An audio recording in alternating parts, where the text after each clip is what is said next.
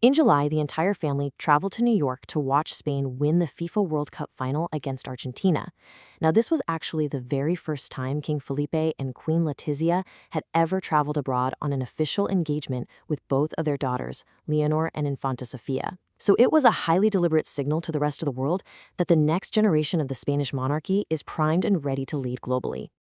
And that leads us to our fourth and final section, rebuilding the Spanish crown and facing the sheer weight of history.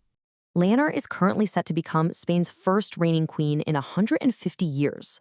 The last woman to hold the Spanish throne was Queen Isabella II, and her reign ended all the way back in 1868.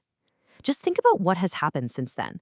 The monarchy has had to survive a dictatorship, a very fragile transition to democracy, and a highly scandal-plagued modern era. Leonor literally has no direct living precedent to compare herself to.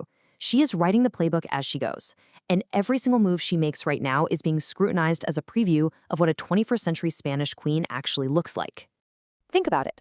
Just over a decade ago, her grandfather, Juan Carlos I, stepped down amidst significant controversy. Ever since then, her father, King Felipe, has spent his entire reign trying to rebuild public trust. Leonor represents the critical next chapter of that rebuild. Every uniform she's worn, every language she's mastered, and every quiet, disciplined public appearance stands in incredibly stark contrast to that scandal-plagued past. She is actively proving that Spain's monarchy still has a viable, continuous future that is actually worth watching.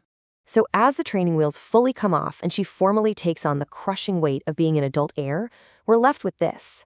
How will Leonor's unique blend of military grit, linguistic brilliance, and political savvy reshape the future of royal institutions worldwide? Can this brand new kind of royal single-handedly secure the survival of European monarchies in the 21st century?